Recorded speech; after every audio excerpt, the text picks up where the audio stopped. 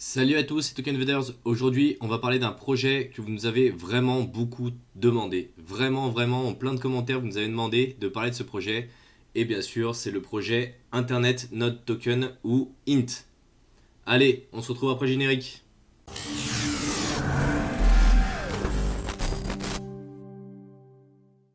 Si tu es nouveau sur cette chaîne YouTube, sache qu'on est une chaîne YouTube dédiée à l'investissement dans les crypto-monnaies. Et vraiment, on t'a préparé un petit ebook, tu verras, qui est très complet, gratuit et sur lequel tu trouveras plein de bons conseils. Donc on t'invite à le télécharger, il est disponible dans la description. Alors Internet Not Token est un projet effectivement qui fait beaucoup de pubs et sur lequel on entend beaucoup parler.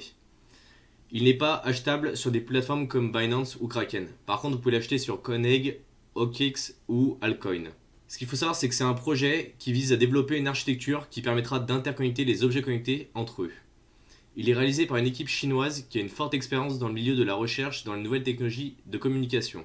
Alors, pour ceux qui ne savent pas ce que c'est, l'IoT, c'est l'Internet des objets connectés. Ici, on parle de tous les équipements qui vont interagir via le réseau pour remonter des informations, en obtenir ou réaliser des ordres. Par exemple, aujourd'hui, il est possible de trouver des ampoules connectées qui sont allumées ou éteintes à distance via un système informatique. Ce qu'il faut savoir, c'est que ce monde de l'IoT, il rencontre plusieurs problématiques. Cette technologie, elle est dans un secteur qui est en pleine expansion.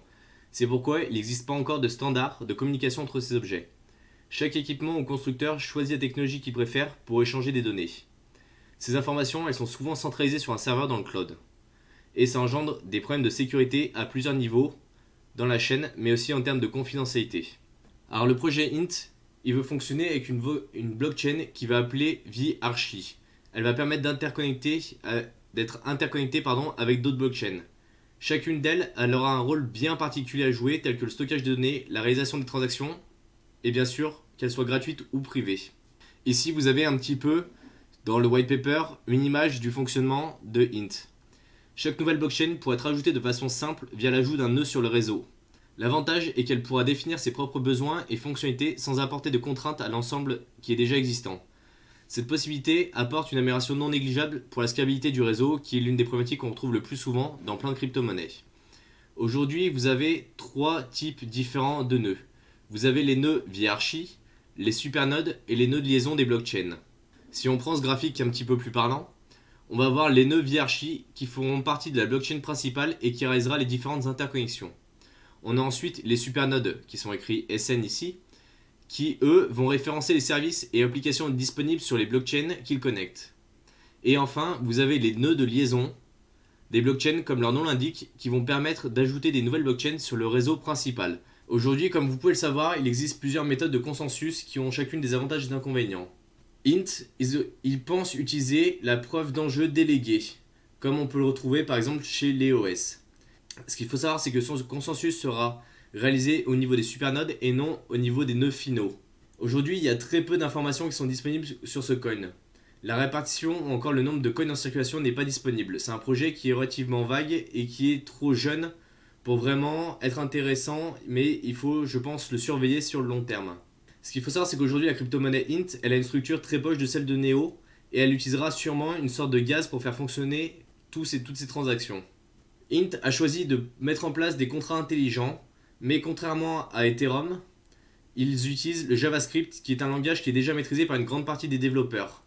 Et ils vont appeler ça les in-contracts. Aujourd'hui, ce qui freine le développement des contrats intelligents sur la partie blockchain Ethereum, c'est que c'est un nouveau langage et que les développeurs ne sont pas forcément formés à ces nouvelles technologies. Et du coup, il y a un temps d'apprentissage qui est beaucoup plus important. Bon, alors ce qu'il faut savoir, c'est que le projet INT, il est assez prometteur dans son domaine. En effet, la structure envisagée lui permet d'ajouter une couche d'abstraction entre les périphériques finaux. Ça a pour effet d'améliorer les échanges et de lister les ressources qui sont disponibles. Mais il y a plusieurs problématiques à prendre en compte. Aujourd'hui, il y a très peu d'informations sur ce coin.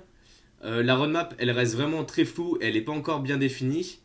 Et aujourd'hui, les géants du marché qui proposent des projets IoT ne sont pas enclins à perdre des années de R&D sur leurs produits. La standardisation viendra par la prise du monopole d'une société dans le domaine, et aujourd'hui, il y a des grosses sociétés qui sont plus importantes que INT, qui sont déjà sur ces processus-là. Mais ça ne vous empêche pas aujourd'hui de surveiller ce projet et de voir comment il évolue sur le long terme. J'espère que vous avez aimé ce projet, j'espère qu'on a pu répondre à vos différentes attentes et à vos différentes questions. Si vous en avez d'autres, n'hésitez pas à les mettre en commentaire. Abonnez-vous sur notre chaîne YouTube et on se retrouve dans une prochaine vidéo. Salut!